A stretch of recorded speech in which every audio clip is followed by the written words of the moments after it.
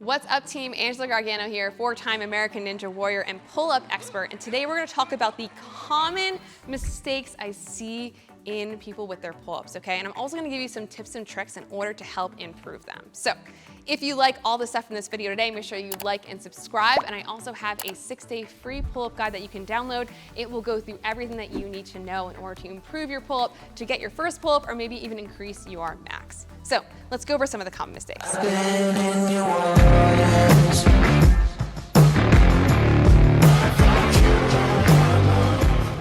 first common mistake I always see is a really awkward hand position, like super freaking awkward, okay? And then people always tell me, oh, I got elbow pain, I got this. And it's like because your hands are in such a weird position that it's really holding you back from getting your pull-up. So I'm gonna show you what the weird position means, okay? So your hands are close together and then you're dropping your elbows forward like this. It's kind of like a velociraptor, like on a pull-up bar type of situation, okay? So always see that awkward position. So in order to prove that, make sure that your hands, when you're doing your pull-up, are shoulder width apart. You can put your thumbs over under the bar, and then you're doing your pull-ups where your elbows are coming down into your rib cage. You can literally stand here like this and do this. Bring it down.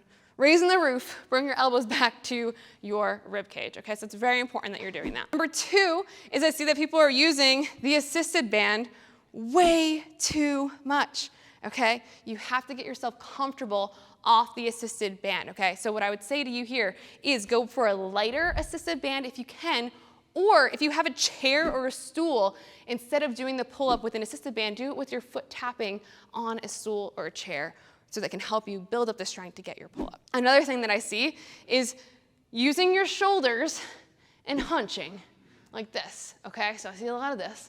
So you come up, and you're doing your pull-ups like this, and you're using your shoulders, okay? You wanna make sure that you're using your lats, okay? And some common tips and techniques that I tell my clients to do. If you have a buddy, have your buddy come up and tap your shoulders to keep them down, okay? And also practice on things like shrug, lat pull down. So grab a band and focus on keeping your shoulders nice and relaxed during your shrug lat pull down so that when you do your actual pull-up, you're not hunching. So shrug, pull it down. Shrug, pull it down. You can also even do these without a band by just having your hands over your head and just shrugging like this. And again, this will help you get it so you can use your lats and relax those shoulders as you are coming up. Another common mistake I see is you're pulling from one side more than the other. Okay, this happens all the time, especially when you get your first pull-up, because one side is normally a little stronger than the other. So you'll jump up and it'll look like this. You're pulling with one side more than the other. So one of the tips and tricks that I have that I give to my students all the time is whatever side is the weaker side, you're gonna do 3 times more of the mobility exercises on that side. And you're also gonna do single arm shrug pull downs. And you're gonna do double what you do on the opposite side. So you're gonna have your hand up, you're gonna shrug, pull it down, shrug, pull it down, okay? If you do 15 on this side, okay, then you're gonna just do 5 on the other side because the other side's not gonna need that little extra, okay? So you can literally even it out like with that.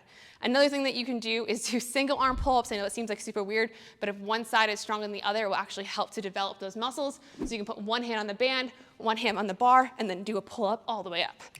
This is obviously a bad example because this is a really flimsy band, but it does help when doing that.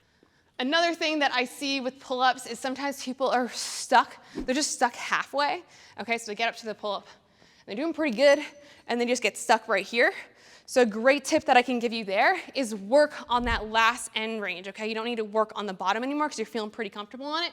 So instead, you're just going to use your assisted band, and you're just gonna work on what I like to call half pull-ups. So you're gonna put your foot in the band, hand on either side. You'll go halfway, and you're just gonna focus on that halfway point and really strengthening that area.